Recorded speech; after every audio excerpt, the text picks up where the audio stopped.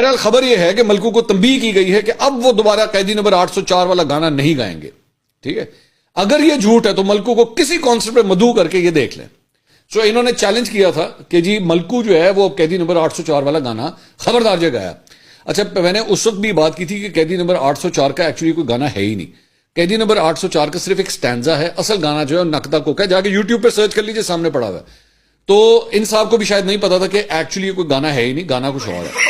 تو یہ انہوں نے ساتھ چیلنج بھی کیا کہ جی آپ ان کو کسی کانسرٹ میں بلا کے دیکھ لیں, وہ گانا ہی نہیں گائیں گے. تو وہ ان کی اطلاع کے لیے اور باقیوں کی اطلاع کے لیے وہ ملکو نے اب قیدی نمبر 804 کا ایک پورا گانا گا دیا.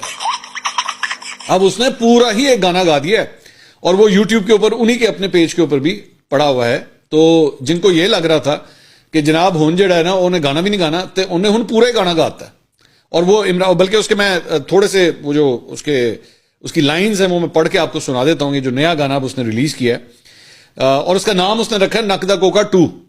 تو اس میں اس نے لکھا ہے جے لڈیالا قیدی 804 ہوئے, قوم دعا مانگدی تینوں کدی بھی نہ ہار ہوئے, جیوے میرا خان ساڈے دل دا جانی ہے, رہندے پردیس پر دل پاکستانی ہے, جیوے میرا خان سونا کنا سونا ہسدا ہے, بے شک قیدی ہے پر دل وچ وسدا ہے, تک تک تھکیاں خان نظر نہیں آندا ہے.